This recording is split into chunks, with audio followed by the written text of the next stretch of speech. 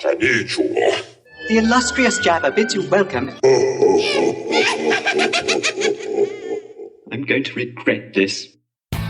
I'm Pete Mitchell. He's Peyton Jones. And this is the Church Planter Podcast, brought to you by Church Planter Magazine.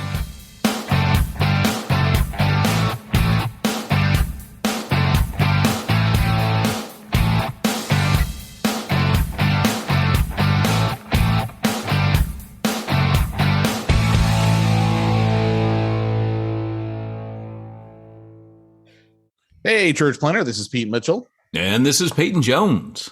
And we got a special podcast for you today. I think it's special. Today, on a very special episode. I'm feeling Church special. Planters podcast. You should feel special. Very special. Do you know edition. that voice? Okay, the audience out there, can you guess this voice in 3 words? I'm feeling special. Did you get that? That's Caesar Kalinowski. If you got that right, then yes, we have Caesar Cal on here. And bonus points if you can spell his last name. Oh, it's phonetic, That's easy. guys. That's easy. More people in my lifetime have misspelled Caesar than Kalinowski. True story. Oh. Yeah. Nice. Kalinowski, phonetic. It scares everybody, you know. Yeah. But Caesar, no one's ever written it, even though they've seen it on every menu It's in their that life. It's that A that feels The like A-E it just shouldn't be flipperoo there. doesn't. Yeah, you know, it's weird, but I like that you go by Caesar Cal. Like that is the best. Well, just on the Zoom thing here, but that's also my Twitter handle and Instagram stuff. You know, it's like that. But It's that's because they don't give you that many letters. You can't glue together 16 letters or whatever. You know, so. It's almost Kal-El, like on Superman, and I like that. Oh yeah. You know? Okay. So first time we ever had you as a guest, I'll never forget. You said something about just don't make any jokes, you know, about the salad because you will, like many others, think you were the first to make that joke, and that always struck me as really funny because I'm like, man, how many people made that joke thinking they were the first person to make that joke, and if I remember correctly, you went ahead and made it anyway. Of course. We, you know, in the early days, we hung to every guest. Like, you got to know this about us. We literally found ways to make all our guests angry. And I don't know what antisocial disorder that Pete and I have that made us do that. Our greatest moments over the years, we didn't make you mad. We actually really liked you. We're like, he was really cool. I don't remember getting angry. No, I don't think we did it that way. Try harder. I think we did it in a way. I cursed you to my wife a lot, but that's just private. That's, you know. But I think we in the very beginning, we made, if the guy was uptight, we kind of made fun of him. And we'd be having these sex, say this. I don't know, Pete, should we mention some notables? No, don't. That we messed with. I think the best one is the one we always refer to. Who'd you get really ticked off? Philip Yancey. Oh, way to go. Because Peyton kept calling him Phil. And he's like, Philip. Like he kept correcting Peyton every time he would say real it. Sternly like that? Hey, Philip. So we used to make jokes when we would come into the call because Paul had this calling client that would say you are now entering the call, you know, about to drop you in the call. It would say all these rad things.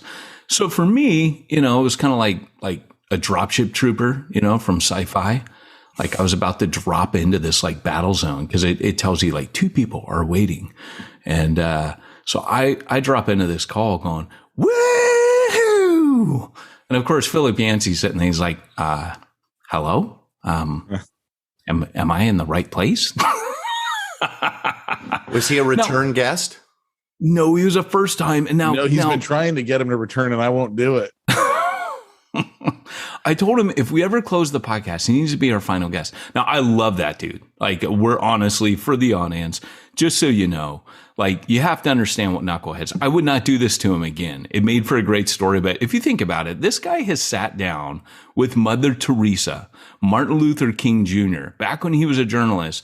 This guy was like a world-class journalist. Like, we're idiots. We should not have done this. I mean, but it made for a great story. It's like when I made You should have been referring to him as Mr. Yancey. Oh, yes. Heck yeah. Yeah, I did. You know, it's funny because I did geek out over him. So if I'm not mistaken, isn't Mr. Yancey one of the characters from Pride and Prejudice? Boom, boom. My wife would kill me right now. No, It's something like that. Dorsey, Mr. Dorsey. I don't know. Mr. Darcy. And hey, so here's the thing. So here's that, because this is what you got to do. You got to say, I think I might be able to trump your ticking off Mr. Yancey story. Okay. All right. So there was a time back in the, not so long ago, but a while back when Jeff Vanderstelt and I were part of the whole Acts 29 church planning network. And they had, now I'm totally drawing a blank, from Minnesota. It's just huge. Oh, yeah. Go on. Oh, no, I'm totally drawing a blank. Hold on. What's his name? Oh, it's not Piper, is it? Yeah, John Piper. Doig. What a doig. So John Piper's there, and he was speaking at a bunch of stuff, but they had a special dinner where a bunch of us got to have dinner with him, right? Just casual and meet him. And so we ended up getting in an argument with him because he was really pushing on what we were saying, like how you make disciples and multiply out community. And that's like, where we're going with this, and it's all of life. If I remember correctly, he was like, no, it's about the pulpit, And so we were like, I'm not sure if it's all about that. Anyway, so we kind of had to like agree to disagree kind of ending, and but we were famous for that though, then within our tribe. It's like, you guys argued. You guys took on Piper. That's awesome. He was probably right and we were wrong. I don't remember exactly what it was, but I'm going to say we were right. No, I don't know. But that's great.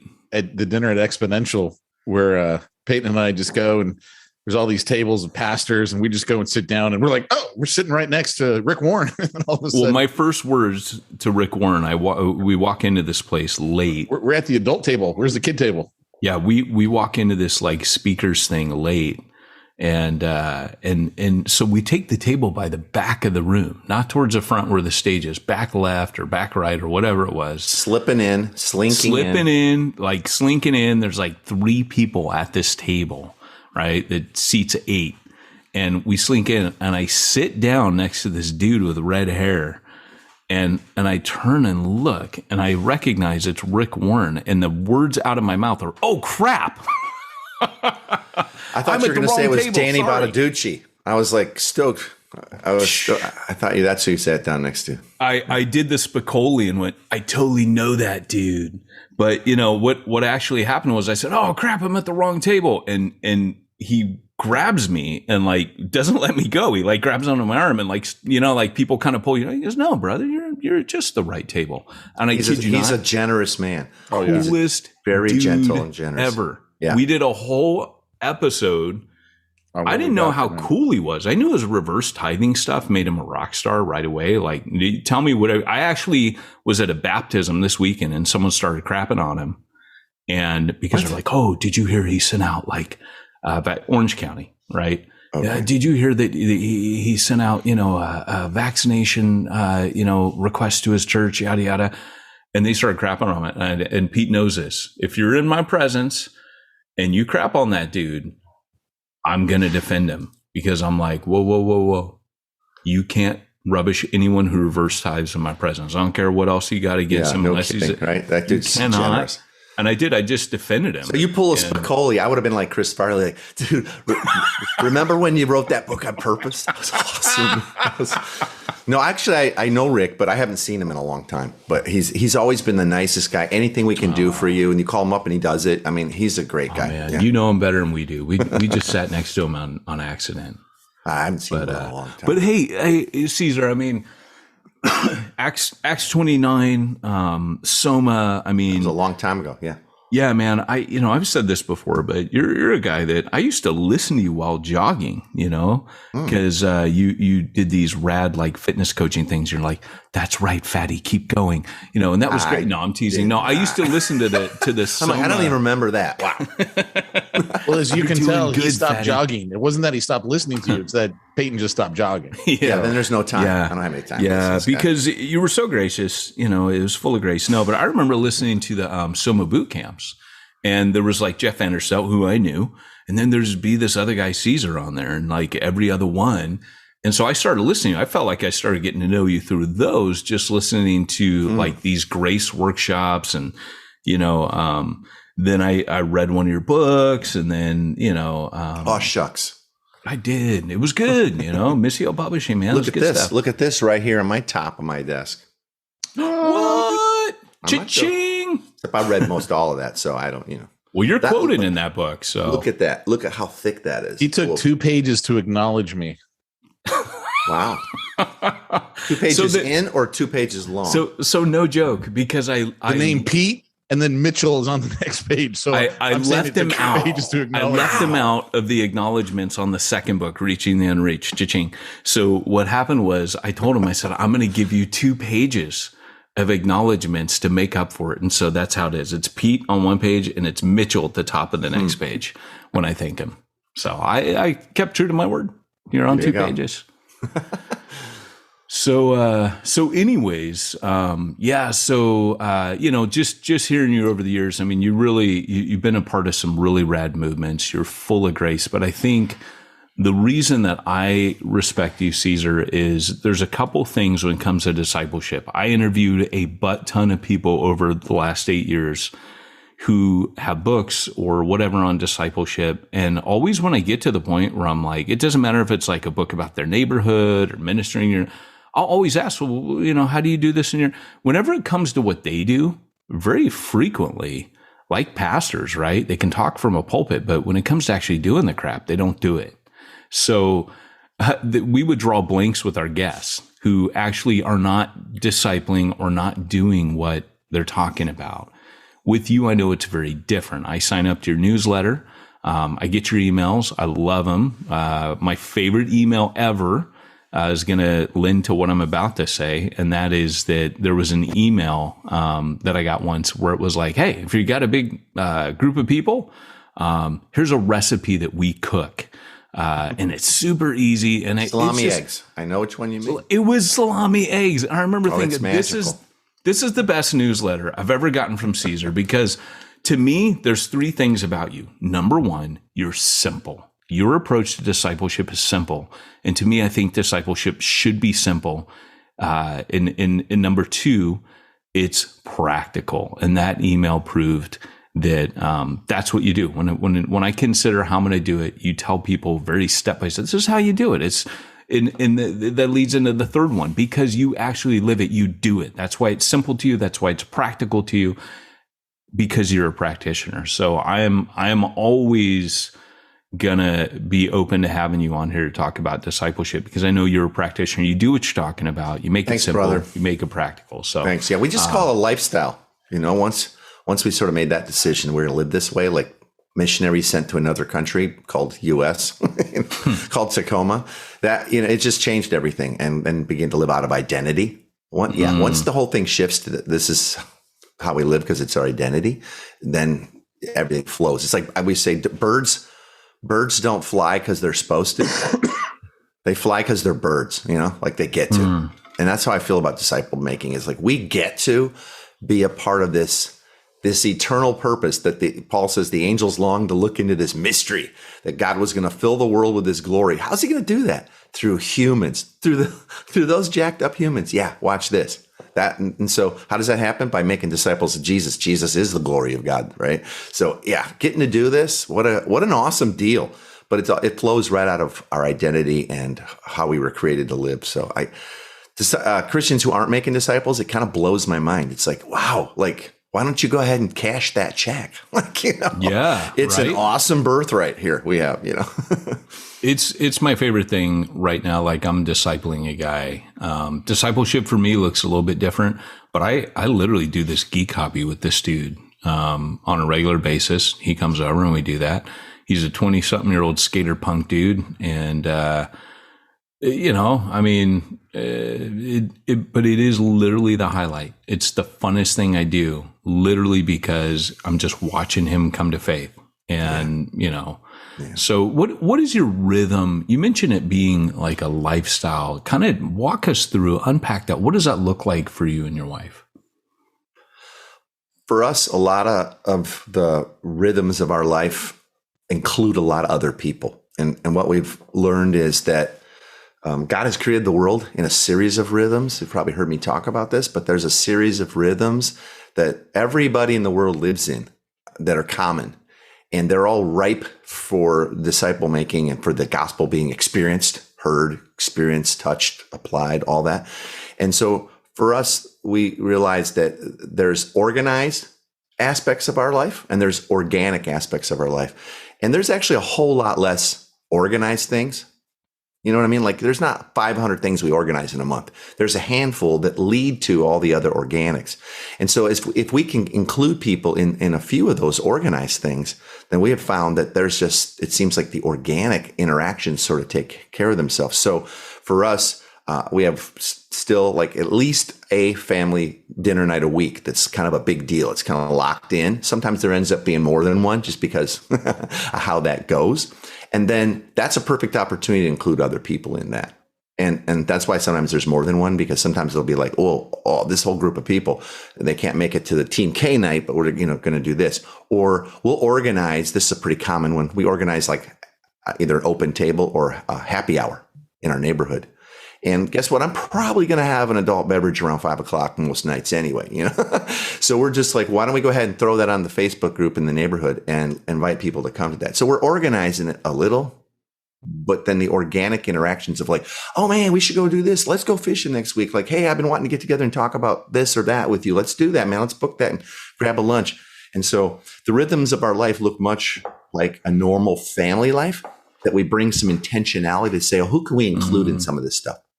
So I'm really interested. I read a book years ago. I'm sure you've read it. It was Hugh Halter's Happy Hour, which to me is his best book. Like that book, that and Bivo are my two favorites of his. They're little teeny books, but they're so powerful. But describe to me, you mentioned, okay, so I'm going to have an adult beverage. What does that look like? Like, are you cracking a beer out by the fire outside, or are you having like a cocktail hour in the house? Or I know that's super practical. I like to see like, what's that look like? Like, what's it feel like? I just like to throw out there, I was really disappointed that Hugh didn't sell happy hour in 6-packs. That's how he should have sold that book, but he didn't. I thought he did. Actually. Dude's running. He sold them in packs of 5. It should have been a 6-pack. Oh yeah, what a miss, right? Yeah. What a miss. Yeah. Well, for us, though, it'll change based on the season, right? Our neighborhood, it's interesting because we've done happy hours. Like in New York, we did happy hours, and when we lived in Manhattan, and what we did is we threw up flyers in the hallway of our apartment building, where like right on the mailbox where everybody stops right in the front door, checks their mail every day. And then we lived first floor. So right next to the mailbox at the end of the hall was our door. Wow. And so then we would hang the happy hour thing on our door as well. And then we also invite people that we had met in the neighborhood. So other apartment buildings, that guy at the pub that we run into all the time, this waitress, that barista, whatever. And so I remember the first time we did this, we actually threw a welcome to the neighborhood party. That's how we did it. We said, listen, we're new to the neighborhood. You don't know us, so you shouldn't have to throw us a party. We'll throw our own, but we'd love you to come. And we are from the Midwest at that point, we'd been living out here for a while, but we go out there and we have the thing start like at 5:30 or something, 6 o'clock. There's nobody there. Well, one friend like that was going to do this with me, but nobody's there. And we're like, nobody's there at 6:30. No one's there at 7:30, nothing. We're like, I guess it doesn't work here. And then all of a sudden at 8 o'clock, all these people start showing up. Whoa. And it was like, oh yeah. See, when we had just moved there. So we got started right away. We didn't realize everything happens a whole lot later there. Wow. So I remember that night about 12:30, 1 o'clock, people are starting to go, bro, I'm so sorry this is so fun. I'm so sorry to bail early, but like I got a 5:30 flight out of JFK. And we're like, it's all right, man. Next time you can stay later, And so then we started doing happy hours that same way. And so all it was is we would throw up a flyer and we would, I think we went up and down the stairs. It was only like 10 apartments in our building, very common New York sort of walk up. It wasn't some giant complex, right? Yeah. And we would put flyers, on everybody's, like under their doormat or whatever, and then post it. And people just came. It was not a big deal. So awesome. And everybody brought a little something, a beverage of choice. And that's kind of how we do it too. So here now we're back in, Seattle area. Our neighborhood had a bit of a tradition of doing what they call driveway happy hour. You post in the Facebook group, hey, driveway happy hour tonight, our house. And we'd go and people would be there. And so we started saying, well, listen, we all have really nice back decks and fireplaces and ours is covered. So like it could be pouring rain and twinkle lights and all that. So we started doing them in the back and people didn't seem to care. And it was just that way. We do it on the deck. we'd have appetizers and a few beverages. Everybody brought tons. And so there was always more than you needed. People here, though, brought their kids. And so they'd be out in the yard. So then we'd have to cook food for the kids because the parents didn't want to leave. And I'm like, you should probably feed your kids some dinner. It's like 7:30, And that's how it went. Now, when COVID hit, we started doing driveway happy hours, and we invited people to our driveway because it was outside, it was out front. It seemed a little less creepy. And we did the first one. We said, hey, I know everybody's social distancing. So here's the social distance version of the happy hour. We're going to do it out on our driveway, and we invite you to do the same thing, and we'll wave at each other. And at this time of the evening, we'll walk around and we'll just walk past everybody else's happy hour in the neighborhood, and we'll see each other. So, apparently they didn't read that very well, and just a ton of people showed up at our driveway. So that was like in May or something, last year. So it was like, whoa, is this okay? And we had all the chairs super set out far apart, and everybody, we had hand sanitizer and gloves if you wanted to pour something. But so we started doing them out front again. Now we've been able to shift them back indoor if it's, late or cold or raining or whatever, or in the back again. So, but my wife really fell in love with doing the out front thing.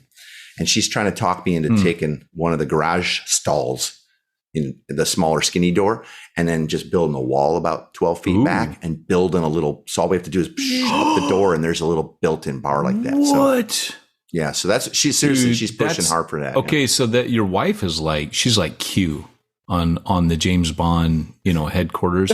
That's like James Bond discipleship level right there. If you do that, that's like having a stiletto shoe. Yeah. Or discipleship. Well, we started dragging our bar from the back deck out to the front driveway on Halloween. And we put out a fire pit and a big old ring of chairs. And there's Caesar again, dragging his bar out into the front yard. Well, it just sounds like everything we do revolves around that. It's not true. No, but I got you. It is a rhythm that sort of people are surprised at, especially if they figure out you're a pastor or a church planter. It's kind of like the Pharisees, what they said about Jesus, right? He's a glutton and a winebibber. It sounds familiar. That's us. Yeah. Yeah. So anyway, I love it. So that's some of the rhythms that we sort of incorporate and try to do that with like in a predictable pattern, some sort of a regular rhythm that people can start to count on. So, dude, well done. Because wide open. I'll ask those kinds of questions and people don't get in the weeds. That's exactly what I was hoping you would paint for us as a picture just like that. It was super helpful, man, because I like to envision what people are doing, how they make it work. Because I think there's not really a ton of rules, right? About this. I'll tell you what, we like to theme things. Like when we do meals too, happy hour, we always theme it so people know how to participate and they know what to look forward to. It's a little marketing. We do the same thing with happy hour. We'll usually, not always, but usually we'll have a special cocktail of the evening. Wow. And that'll be our contribution. We'll say, hey, we're going to be making these. If you want anything else, just bring that. Right. I love it, man. That's so good. So one night might be like margarita night, or one night might be Manhattan night when you're living in Manhattan. Yep. We did a 70s dinner party, old timey 70s dinner party, and had a bunch of people over for that. And we did steaks, old school doing it, and the baked potato, and, everything we remember from steakhouses when we were kids, and we did Manhattans, and the dessert was that. It was very, very. Have you done the Big Lebowski yet? Everyone's got White Russians. You know what? A friend of ours did a birthday party, and it started out, a Big Lebowski, and then we all went to the bowling alley, and they all had the sweaters and the whole thing, and the White Russians was what we started. Yeah, we didn't put that one on, but I've been to that. Nice. No, man, that's so good. Yeah, so good. Wow, dude abides. So I have 2 Easter eggs in Church Zero, cha-ching, from the Big Lebowski. So. Nice. Yeah, they're hidden. But the rug. Most pop culture is overt in that book, but I got 2 hidden Lebowski references. The rug. I remember the rug. That's right. Ooh. I summarized an argument by saying, let's throw down the rug that really ties a room together. And Lebowski fans are like, that was awesome. I got that. So, so that's so cool, man. So, tell us a little bit about, because you run courses on discipleship. Who have typically been the people that enroll in your courses? Well, we offer courses, and then we do a lot of coaching, as you know. And we even have a membership, like we call it the incubator, for folks who want to kind of get all the soup to nuts tools and stuff. But they're not yet engaged in the coaching level. How's that for us, going, by the way? Because I remember you launching that. yeah, it's been a blast, man. I love it. It's done very well, and I love it. I really do. And I love just, it gives us a broader relational base with folks. I'd say, if I was to tell you the width of who engages in like the coursework and all that, it's pretty wide. I'll tell you who's really a blast to do it with is, leaders who already have a little something going on, so like maybe a person who is leading the church or maybe they're in charge of like the small group ministry or, missional communities or whatever. And they've been trying some stuff. So they're already in their mind. They're like, yeah, but they go, but we really don't have a framework to really do this or reproduce this in others. And those are my favorite folks to do it with. Now we do it with all kinds of people who just are like, also a blast to do it with. Is like a couple will just say, hey, our church does none of this. We've been listening to your podcast, the Everyday Disciple podcast, cha-ching. And it has encouraged us to want to live this way. So we want to, would you help us? And absolutely. And what it is they don't know they're planting church, right? Until they do. And then you're like, oh yeah, wow. Look at all these people in your life who are now in the rhythms of your life and starting to learn more and more about Jesus and walk in his ways and trust him in more and more areas. And you're like, yeah, that's a big part. I mean, there'll be a podcast that will be starting up probably in January for me, but it takes that whole concept. It's not original. I mean, but working with people who are church planting accidentally, really. Through discipling. I'm not ready to let the cat out of the bag yet, but it literally is it is a fact. If you disciple, church planting just happens. It is the core of what church planting is. When you start discipling people, you're going to have a church plant, whether you like it or not. That's what started the Methodist movement. Wesley, the thing that separated him from Whitefield was he said, I can't just blow through a town, preach a gospel, make converts. I have to do something with them. So he starts the bands, the societies, the little small groups, the experience meetings. Yeah. They're discipleship groups. Don't need a leader. Don't need it. Literally, everybody sat around and talked about what's Same God with the teaching you. CNMA. What is it? Same with the Christian Missionary Alliance. Really? Yeah. They started what they called branch communities. They said, we don't really matter what church you feel connected to, but this part of our city is really underserved and does not have a gospel witness, and they would never come to our churches. So in our neighborhoods, we're going to help you organize these things. They called them branch communities, and they discipled people to faith. And those things multiplied like crazy. And then eventually those people wanted to be able to worship together and, sit under the same type of teaching. But it was from that. Yeah. That's so cool. Are you CMA? No, not officially. I was licensed CMA when we were in New York because we were working with them out there. Yeah.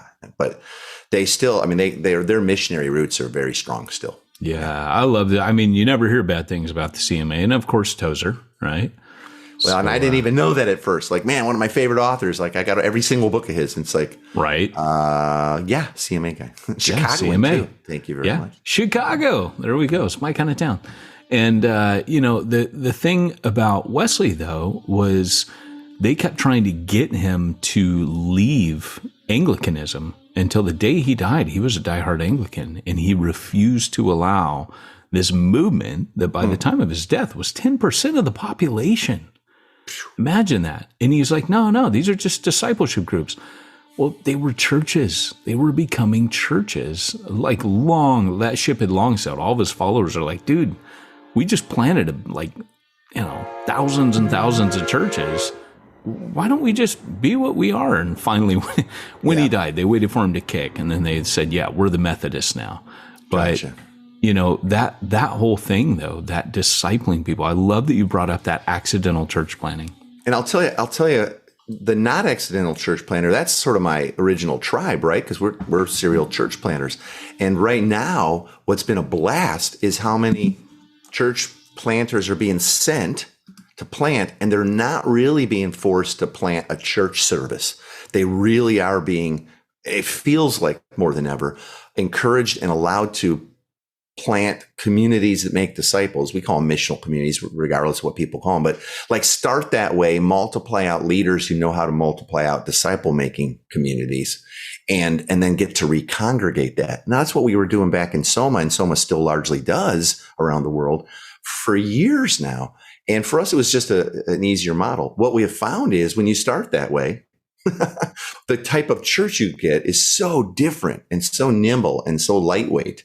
And you can really do almost anything with it. I'm even seeing articles from the non sort of tribe people, where they're not necessarily missional community believers, but they're going, how come some churches seem to have thrived during COVID and others are gone? And they're kind of going like scratch their head going, seems like the nimble ones that were primarily community based and smaller, but multiplied out there, those have just kind of chugged right along. Yeah. That's rad. That's so good, dude. So I love helping folks start, when they're planting that way early. Let's get that DNA in there. Let's not try to figure out how to talk a bunch of consumers who you stole from other services into living this way. Let's live this way and then congregate those folks. It'll be like a big, huge family reunion then when you get together, for worship and teaching and all that. I love it. I love it. Right now, the Mark Driscoll, Who Killed Mars Hill, with you being from that area, it's interesting. I heard plenty about that, my friend. That's all I can say. Yeah. I still have a little mixed feelings about it. Like, this guy can't talk about himself. He can't defend himself. He can't, I'm maybe not with everybody on this. I can't look away. It's like a bad car wreck. I can't stop listening to it. It's so well done. But there's a piece of me where I'm like, I don't know, man. But going back to that, I think that everybody's talking about the lessons, which are always going to be good, right? Because who's got music in the background going on? Sorry, that's my Finnish carpenter. No, my daughter's learning to play the satyr. Is it the satyr or the? No, I'm just teasing. It's my Finnish carpenter. I apologize.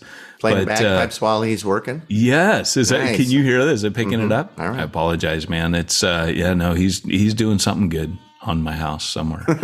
but anyways, my how do you kind of help folks navigate as it starts to become a church? Some of these people didn't see themselves leading communities. How do you help them to minister in the way of Jesus? I'm not quite getting that question there. You mean like as things start to multiply? As opposed, because a lot of people are, obviously, one of the great problems with leaders and ministers nowadays is that when things just kind of grow organically and they don't understand leadership, I would say the majority of leaders don't actually understand leadership, that it's servant, it's not hierarchical, it's not authority, it's not those kinds of things. You lead by influence, not by authority. Yeah. You inspire people. You get out in front of them. You lead the charge. When people are like, I don't want to do that, it's like Paul, don't go and fight with them, gently instruct them, be patient, they're sheep. I mean, that's, we don't really hear a lot about that. And I think the one good thing about that podcast is that it's kind of highlighting the inherent dangers of leadership itself, right? Because we're busted up and we're broken. But what are some ways that as you lead people to disciple and it starts becoming a community of believers, how do you kind of train them to lead? Like, what are some of the things that as they're just discipling, but now suddenly they're leading a community, there's a transition. How do you train them to lead in the ways of Jesus? It seems that as things are healthy, they always grow. And we tell people that all the time. Healthy things always grow. A healthy community, in other words, the rings of your family life that feel like the kingdom of God is touched down, going outward to include more and more other people, that's a healthy growing thing. It's a kingdom principle. As they grow, though, you start to run into some family size issues, which are going to necessitate multiplication, not splitting like a divorce, but like multiplication. And so then it's a matter of, are you taking that discipleship further up the slope into leadership development, actually? And we really do believe that leadership, developing leaders is just their further discipleship up, up further up the slope to greater maturity. And we use a very small little acronym for this that a friend of mine, John Whitty, taught me this years ago. He's a Baptist missionary forever and ever. It's called MAWL, MAWL. It's kind of, we talk about mauling people. It's a bit of a weird acronym, right? But, and I'm not huge on acronyms, but it's model, assist, watch, and leave. In other words, you've been modeling a lot of stuff for people, but if they didn't know you were specifically modeling that things, right?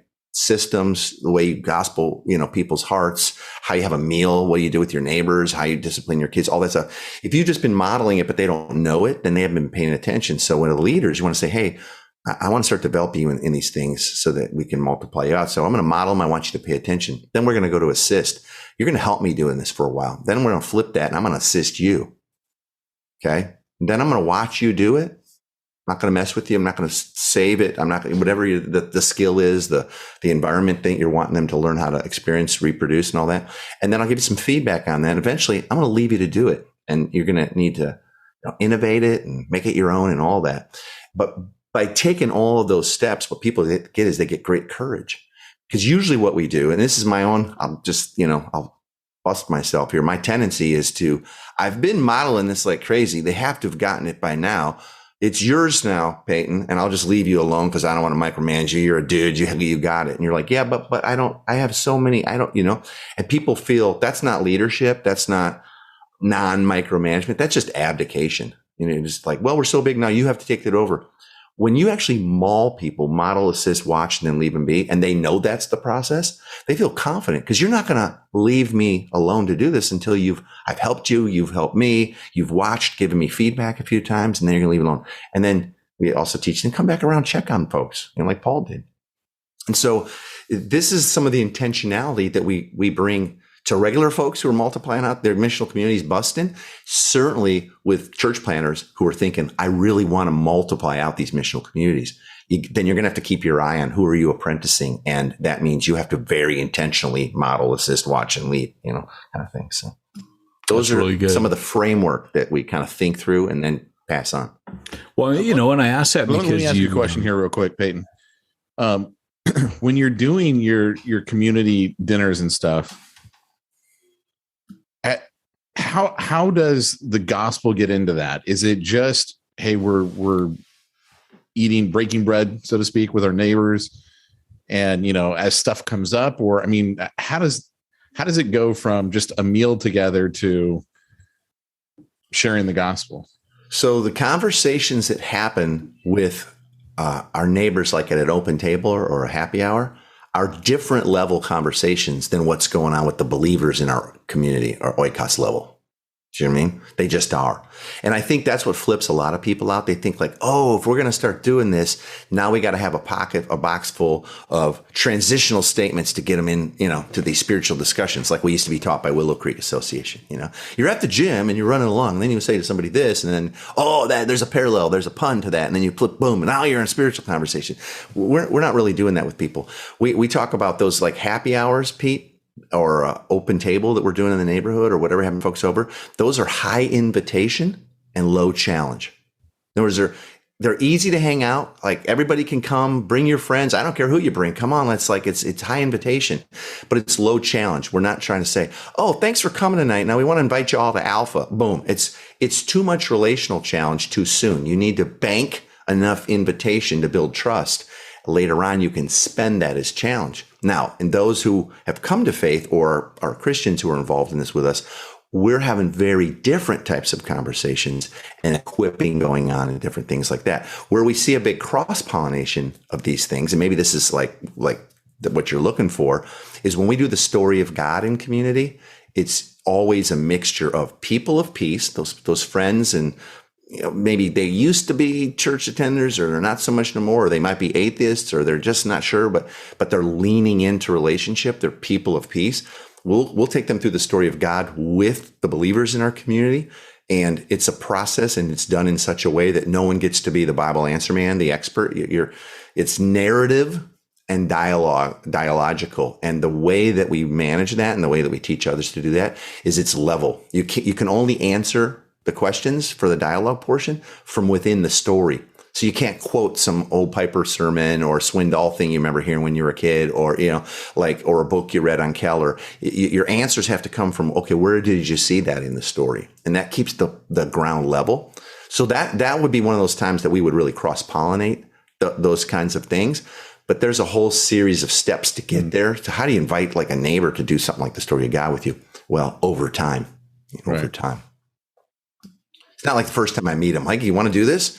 It takes time. You think about Jesus was 3.5 years with his disciples, pretty much, all day, every day, something like 30,000 waking hours. I figured out once. And, in Matthew 28 at the ascension, it says the 11 that were still alive, they were there with them as they watched him ascend into the sky, with nail holes in his hands and feet. And some still did not believe. Wow. Apparently this takes time. So we don't have a problem building relationships. Looking at you, Pete. Banking invitation. Yeah. Looking at you, Pete. Banking invitation so that we can then up the relational challenge as we go. So. That's awesome. Well, hey, you've got, Very speaking of challenges.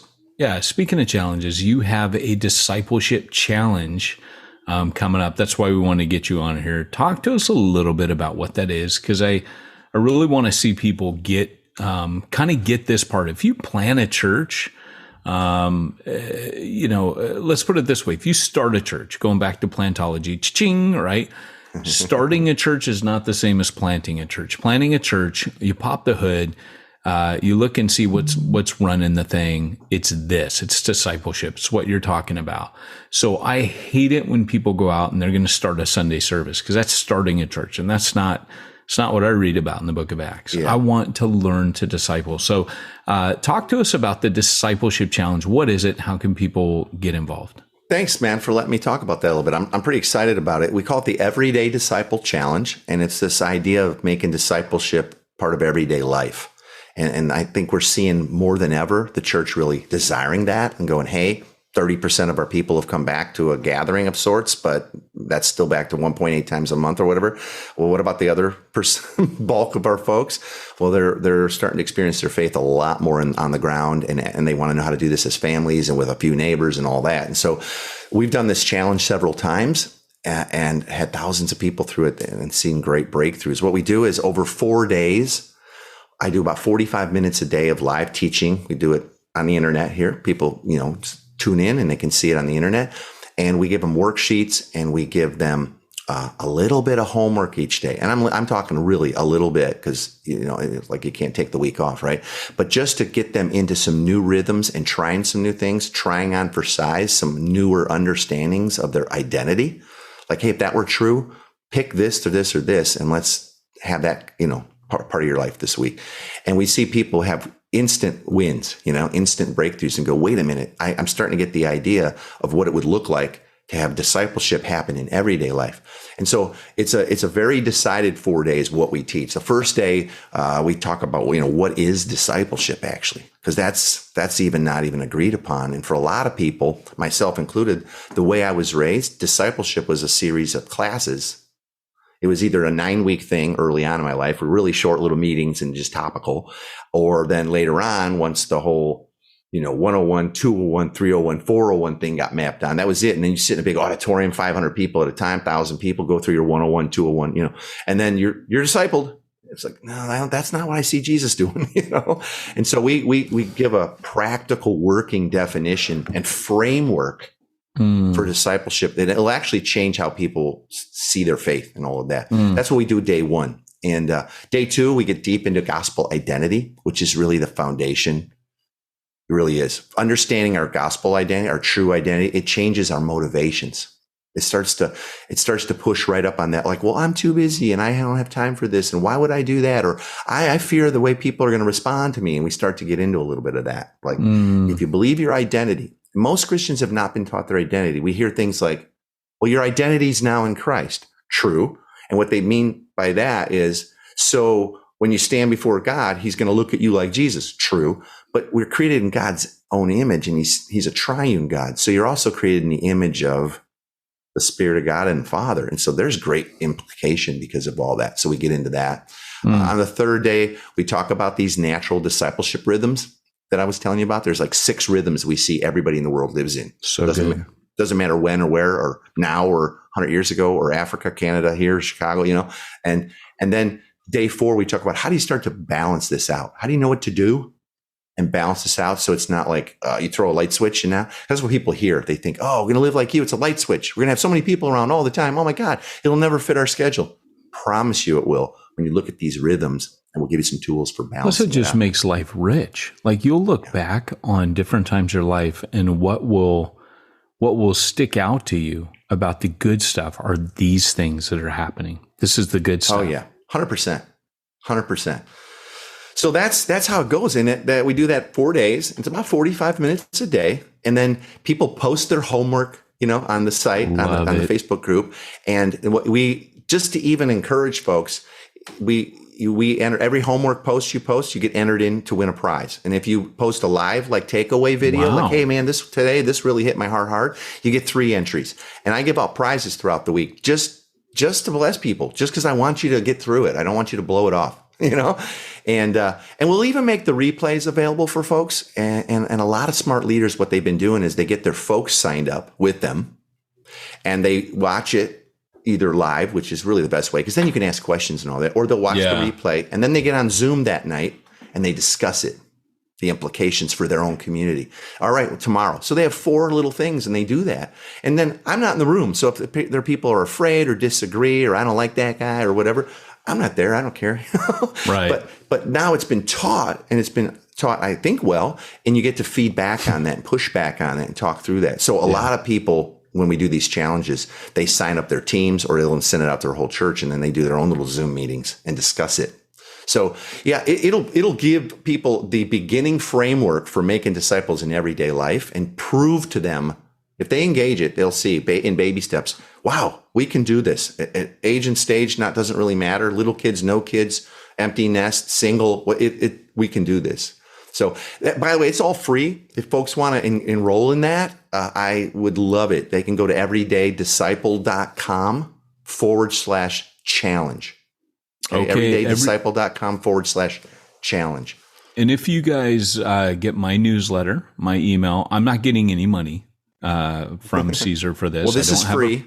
I don't have a percentage. I don't have a cut of this. Percentage of free. I want all of it. I'm literally promoting this through my newsletter. If you sign up to my newsletter, I don't get a cut of this. I'm not in this for money, but literally I believe in what Caesar does. And I've sent this out. So if you've gotten my newsletter at ministryninja.com or newbreednetwork.org, if you signed up to either newsletter, this has gone out to you. So you'll have this in your inbox today. Now this thing is starting on Monday, the 16th here of August. Which is the day this airs. So does it? Those of you on Facebook, you're getting this, but can they sign up still by Monday? They totally can. And if you register, I'm going to send you a daily email with links to the replays, and I'll leave the replays up for a few days, but then I pull them down. People are like, why don't you just let them up there forever? Because then you'd never watch them. And you'd that's never true. Do the homework, and I can't feed back forever. So we say, hey, listen, we're going to go live for 4 days. I end up usually doing, because it's so fun, I usually end up doing an extra few days, some bonus training, answering questions. It's a little more practical. We get super, super practical. And then I pull it down. Nice. And I tell people, I'm not being mean. Now you'll watch it. That's true. That's 100% true. So. Yeah, I love it. And you can't just put this crap off forever either. Part of what you're doing is this is a lifestyle. You're either in it or you're not. So it's like the gym, right? Everyday Disciple Challenge is the funnest thing we do. I've done it a few times now. Like I said, thousands of people have been in it with us. It is so fun. It is just so fun to see the light bulbs going on of like, I've been in church for 30 years and I never understood this. And this is so easy and fun now, or I might jump in this round and take it. I actually might jump in and take it right now. Because we're in a discipleship rhythm right now, and we're just getting ready to plant again. So we're definitely in some sort of a new normal, and it ain't normal. And so I'm going to kind of customize all of this time for what we're kind of experiencing and facing, and try to answer the questions based on all that. So. Nice. Well, while you're doing all this discipleship, Pete, obviously you've got a lot of finances and things that you got to handle, IRS compliancy. How do you handle that with all your discipleship rhythms, Pete? I'm so grateful that you asked me, Peyton, because I use a little something called simplifychurch.com. What? Yes, simplifychurch.com. You're They help kidding me me. out with all my IRS compliancy and everything else I got to do. Wow, it sounds as simple as the discipleship challenge. It sounds simple, practical, and something that's actionable. Pete, simplifychurch.com, that's where I go. That's exactly it. Hey, and when you're done there, head on over to sermonboss.com. Sermonboss.com will help people watch your videos, listen to your audios, including your podcast, and any kind of media you have, including social media, without taking you away from your website. So head on over to sermonboss.com. And that's our sponsors done.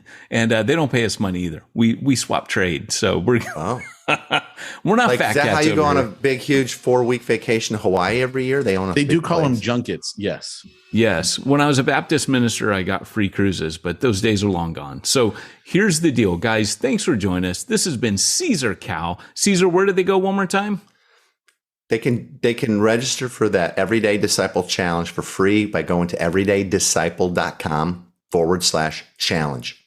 All right. So, guys, thanks for joining us today. Thanks, this has guys. been Peyton Jones and Pete Mitchell and Caesar Kalinowski reminding you, if you want to reach the ones nobody's reaching, go where nobody's going and do what nobody's doing.